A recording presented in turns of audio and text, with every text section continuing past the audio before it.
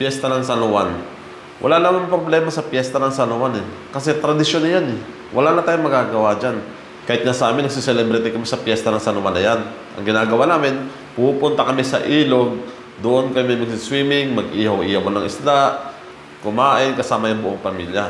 Ganun yung tradisyon sa amin sa probinsya. Talaga namang may basaan din gumaganap. Pero, nilalagay namin sa lugar.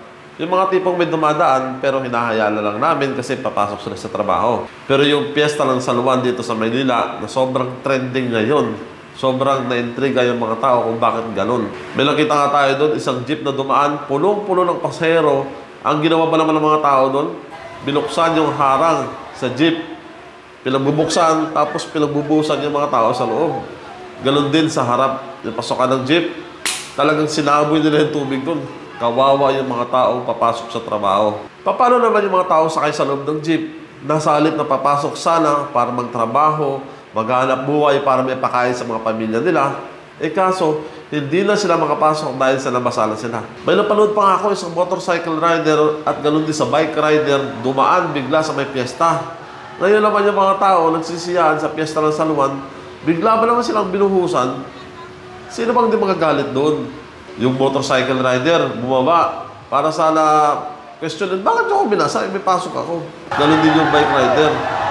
Bumaba rin, kaso nilapitan bigla ng mga grupo. Yung tipong akmang dudumugin sila, kukuyugin sila. Di ba? Ikaw ba lalaban ka pa na ganun sa sobrang daming tao? Baka mamaya mapahama ka pa, di ba? Yung tipong ikaw na nga yung nabasa at naabala, pero pag pinatulan mo sila, ikaw pa yung kawawa dahil kuyog kang abutin mo sa kanila. Merong dumang isang L300. Ang ginawa ba naman nila? Binuksan yung pintuan sa may binasa lahat ng mga tao sa loob.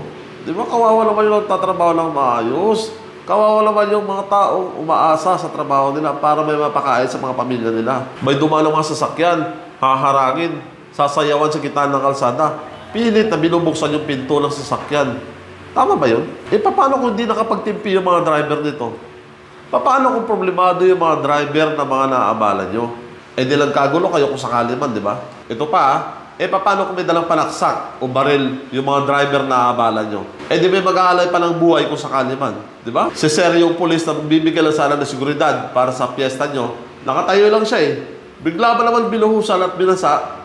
Di ba tama ba yun? Naka-uniforme pa yung pulis, babasahin mo.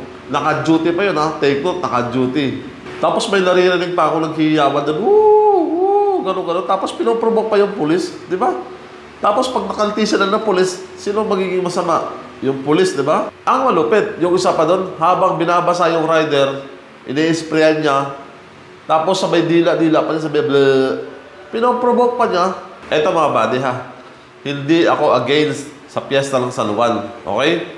Kasi kami sa probinsya, talaga naman nagsiselebrate kami sa Piyesta ng San Juan. Ang sa akin lang dito, yung punto ko lang dito, sana wala kayo ng permission ng ibang tao. Kasi kawawa yung mga taong dumadaan doon Pag alis nila ng bahay, sobrang linis nila, nakaporma, para papasok sa trabaho, tapos mababasa lang, mababadrip lang, di ba? Ito sana yung magandang ginawa ng Piyesta ng San Juan.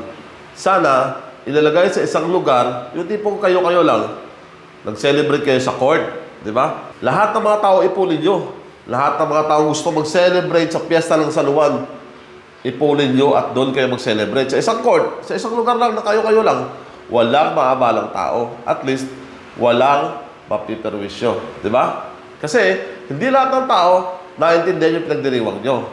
Hindi lahat nakarelate sa tradisyon nyo. Sana, bago dumating yung piyesta, pinag-aralan mo na maigi. Kung may maabala ba akong tao, may mga peperwisyo ba kami sa kalsada? Dapat mga ganon. Kasi, sabi ko nga, hindi lahat ng tao ramdam yung pinagdiriwang nyo. Hindi lahat ng tao nakaka-relate sa tradisyon nyo. Gawin natin tama para walang maabalang ibang tao.